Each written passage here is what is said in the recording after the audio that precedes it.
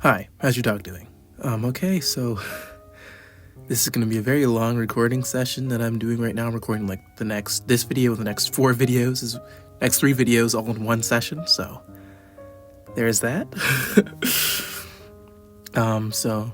Anyway, I do not want to waste your time. I just came back from traveling, so I have a lot of ideas, so hopefully my uploads will be a little more consistent because I have a lot of ideas to use now. So there's that. And let's just get right into this because why not?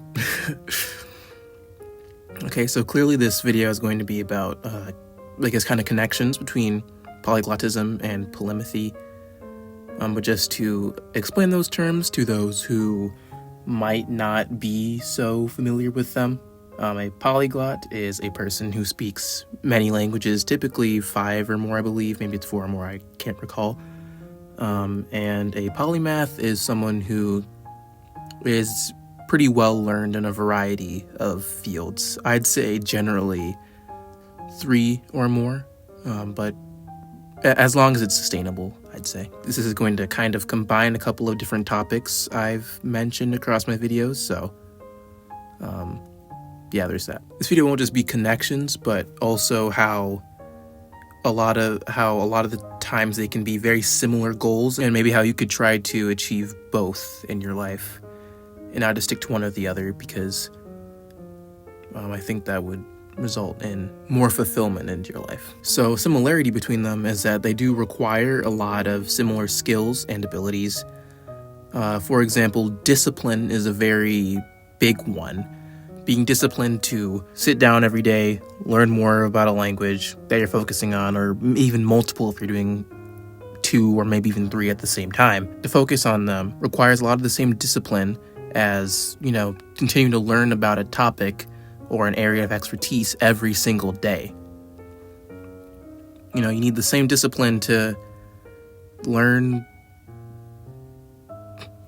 I can't think of a language. You need the same discipline to learn Indonesian every day as you do to learn more about quantum mechanics every day. The discipline is very necessary for both fields. That discipline is very necessary for both areas, because without it, you're not going to really get anywhere. Also, memory is a good part of it, because if you're learning a lot of things and you don't remember it, what's the point? To become the best you can at both, that requires you to also learn how to optimize your potential for learning and for memory. Which, as someone who wants to go for both areas of my life, I do try to optimize. So that's stuff like sleep, obviously, because sleep is one of the best ways to make sure that you remember what you've learned. That also, I would argue that includes exercise, because exercise has been shown to increase speed enough, which helps with learning. Also meditation, which is very good for the focus, to be doing these things for possibly hours each day. And also diet. Diet is a very important thing, because people don't realize that your diet has a big effect on what you can do. Not like it's going to limit you completely, but there's a big difference between fasting, not necessarily a very long time, but let's say you don't eat for the first few hours of the day and then you go and learn or you do some work. There's a big difference between fasting for the first couple hours of the day and then starting to work. And there's a difference between eating a variety of fruits and vegetables and meat or whatever before going to work, and between going to some fast food breakfast, getting some breakfast item from a fast food place.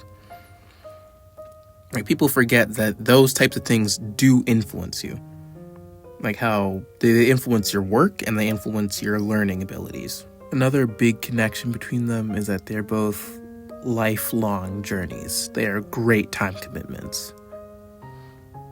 Becoming a polyglot is not something that you do for 6 months or a year and then you never do it again. Because you can't become a polyglot in a year. It might even take you just a year to get to a C1 or a C2 level in a language.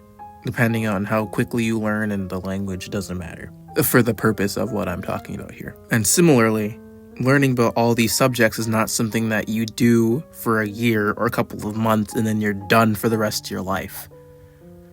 As I've mentioned in a previous video, at least for the Polymath side of things, at least in my case, I've seen that a lot of different things that I like learning about and I like implementing into my life resurface. They have their ups and downs in terms of my interest in them. And honestly, the best way to find that is just sit around with nothing in front of you, no devices or whatever, and just think about what you would like to do during that time. You know, if you have a job or you go to school, I understand that those can be very boring things. So, you know, what are you thinking about? What are you thinking about doing when you get home? Like something that's not watching television or something along those lines, or playing video games either. Not that those things are bad per se, but just that's not what we're talking about here. You're not going to become a polymath through learning about playing video games. You know what I mean?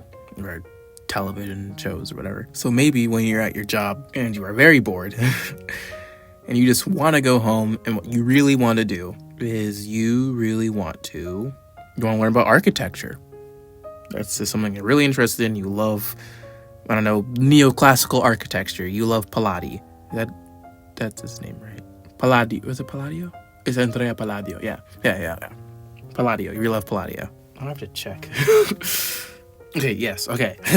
So when you're at your job or you're at school, you really want to go home and you want to learn about architecture because you love neoclassical architecture. You love Andrea Palladio. You love Vitruvius. You know, that's what you really want to. That's what you're really interested in. That might be one of the things that you focus on. And maybe 3 months from now, maybe you really want to go home and you really want to learn about you really want to learn about painting. Want to become a better artist. You really want to learn about video editing. You really want to learn about how to become a YouTuber. You want to learn how to play an instrument. You want to learn how to learn a language. But yeah, these types of things, they will surface when you're bored. That's what you really want to do. So that's why it's been really easy for me to tell what my general focus for a certain period of time should be. That does not mean I get rid of everything else. It means that I keep it, but that's not the focus of that period. So for example, recently I had like a little music period. I really wanted to get back into composing. I still want to. I still have an interest for that. I still want to. I still do it. I was on holiday recently. On holiday or on vacation, whatever one you want to say. Recently, I just kept on thinking about making videos. I was like, I have video ideas. I need to make a video. I want to record a video right now. Come on. That's what I was thinking the entire time. And for being a polyglot, I mean, to be honest, I feel like it would be even harder to figure out what language you want to learn. There could be a variety of reasons why you want to learn one language and a variety of reasons why you want to learn another language. I don't really know if I can just tell you, sit around and see what pops up into your head, you know? I don't think that would be the right way to go. I don't know. At least for me personally, I've never just sat around and felt, I want to learn this language. I've always thought about it. I always thought, I want to learn Latin. Then I want to learn Italian. Now I want to learn ancient Greek and modern Greek. And then I want to learn Hebrew or Indonesian. Those are languages I really like. So I was like, oh, this is what I really want to learn. I never really thought about it that way. Maybe you're different. Maybe you are just very compelled. Maybe you are very compelled to learn Japanese, or you really want to learn just run Nahuatl. Yeah, so these things do require you to really know what you're after, and not just. I mean, you can have a period where you're just floating around and checking stuff out and not really committing to things. But the general journey, the journey is still something you really have to commit to. Like, you can't just bounce around and be like, oh, I might want to do this. I might want to, The journey is something you have to commit to. The specifics, maybe not. Maybe you go down one path and you decide that it's not a good one and it's terrible. It's going to take you a long time to get to where you want to be. Or it's a dead end and you have to go back and then go back down and find a different path to go. Yeah, this is not a very good analogy. Maybe, I don't know if it's a good analogy or not, but hopefully that makes sense. I guess if you're really unsure, like, when you're bored and you don't really think about something that you want to do, or you can't really think about what language you want to learn, go ahead, flow around for a little bit. That's perfectly fine if you're not entirely sure. Just don't stay like that. It's not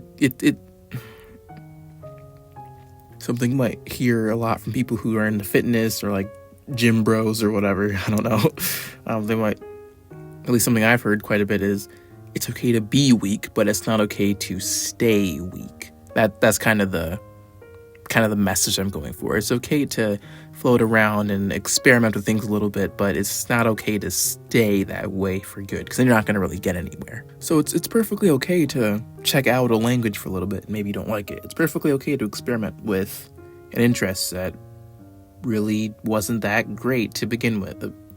And to experiment with an interest that you really didn't like at all, but you just want to check it out a little bit. That's fine. Maybe you're not that interested in... Maybe you really weren't that interested in engineering. Okay, so I might want to get into not just a couple of similarities between the two areas, but how I think that they kind of are interconnected. They're intertwined. You can try to separate one from the other, and you can focus on one, but they are kind of very similar things. For example, there are a lot of polymaths who are multilingual or are even polyglots themselves. I typically see a lot more crossover from polymaths into polyglots and not as much from polyglots to polymaths, if you see what I mean. Like, someone who's primarily a polymath is more likely to be a polyglot as well than someone who is primarily a polyglot and wants to also be a polymath. But I would still say that they are more likely to be the other than someone who's not interested in either of those paths. So polyglot is more likely to be a polymath than someone who's not. Like, I don't want to say like a regular person, because that kind of carries the connotation that these people are above them. That is not what I want to say. I'm not trying to say that two groups of people are better than others. That's not what I'm trying to say. I hope it doesn't come across that I'm trying to say that they're better. That's not what I'm trying to say. I'm just saying that they are paths that I think that many people should experiment with, because these are paths that would lead them to greater fulfillment in their lives. I'm not doing this to tell you to be better than other people, because it does not make you better than anyone else. And if that's your reason for doing this, find a better reason, because this isn't about being better than other people. Or is it? But I would say that in certain aspects, following either, or hopefully both of these paths, does not make you a better person, but I will say that it makes you more likely to lead a better life. I would say that people are all equal, but lives might not be equal. I'm talking about like their value or something like that. I'm not talking about that. I'm just talking about pure quality. That's what I'm talking about. I'm not talking about their value. I'm not talking about anything else. I'm just talking about their quality. I'm not saying that some lives are worth more than others. I don't take that out of context. I'm saying that some people's lives have greater quality, a greater richness to them. And it's fine to like a more simple life. I'm not saying that's wrong. Not to make it sound like this, but it's fine if you don't like you don't like an expensive taste, and that's perfectly fine. I'm not saying it's bad. I would say it leads you to a better quality of life. Not necessarily being a better person, but better quality of life. A life that you would be more fulfilled living. A life you would be happier living. That you would be happier living. Not necessarily other people, but you would be. And maybe it's only a modern conception that these are two separate things. Because if you look at people of the past, you kind of had to speak multiple languages to get your ideas out there. Most people of a polymathic, polymathic, I don't know, of the nature of a polymath would probably speak some other language, at least one. Probably at least be able to write in Latin, because that's what a lot of things were written in the past. At least in the West. I'm talking about the West here. So it might be different for different civilizations. So, we probably might have spoken maybe French, Italian, probably not English though. English was not a language you would need to have learned back in the 16th, 17th century. It probably would have been French or Latin and maybe Italian or German. But that's beside the point. The point is that in the past, it was kind of required for you to, in order to be one, you kind of, not required, but it was more likely that you would have to be the other to progress in the journey of the other. But now in the modern day, we are afforded the opportunity to have these be separate things. So that's why I'm like, it might even seem kind of weird that I'm trying to connect these two groups, because nowadays, the type of person who is a polyglot might not be interested in polymathy. And the person who's interested in polymathy might not be interested in being a polyglot. I mean, like I said earlier, I have seen a lot more polymaths trying to be, maybe even if they're like, we're just using it as a category, not necessarily like a self-determiner, just like I'm not using this necessarily as an identification, I'm using it just as a classifier, a way to categorize people. I would find it more likely that, again, this is just from the internet as well. I've seen a lot more people who I would classify as polymaths also being polyglots, or at least speaking one or two other languages, rather than, other than that many polyglots, also being interested in a lot of other things. So honestly, I would probably recommend that you go for both and get the most bang for your buck.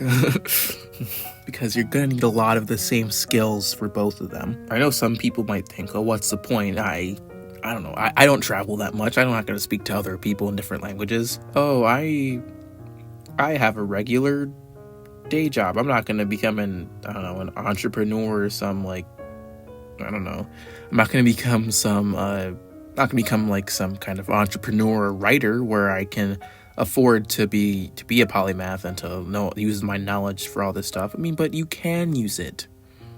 You can always use both of these skills. You might find that one person on the internet who just so happens to speak Russian as well, and you can speak to them too. You can have that discussion with somebody else about astronomy as well. Is that these types of skills will most likely, it's kind of a loop. These things will afford you more opportunities for more freedom, essentially, to then do these things more, if that makes sense. So let's say that you're a polymath, and then you can teach people what you're learning. So then maybe, you make money from that, And then eventually you can afford to just spend your time doing more of this stuff, and then it fulfills itself again and again and again. Maybe you write, or maybe you become a polyglot and you write a book on how to become one, and that's a source of income for you, and then that allows you to learn more languages. You see how that kind of works? Like, these are skills that it's pretty circular. They allow you, the skill allows you to do something to do the skill more. So I do think that you should go for both of them. I will make more videos about how to become one. And if you want, this is going to be my little salesman thing here. And if you want me to help you get started, you can join my Patreon. And for $15 a month, that's the highest tier, you can have a call with me to help you get started on either journey. I feel so weird advertising like that, but it does exist. So just go on over and subscribe to my Patreon, and then you can get all these cool benefits. But yeah, I do have a Patreon, so if you would like to support me that way, that would be amazing. I would love that. But anyway, I am starting to run out of things to say.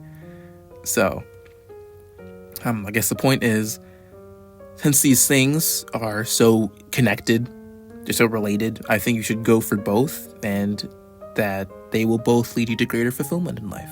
And I do plan to make more videos on these topics, so stay around for that, I guess. Yeah, I have 3 other videos to record after this, so there's that. I hope this video was helpful. Please tell me if this was helpful. This video, I'm really unsure if it was helpful or not, because I feel like it's just kind of me rambling a little bit. So please tell me if this one was helpful. But anyway, thank you for watching, and tell your dog I said hi.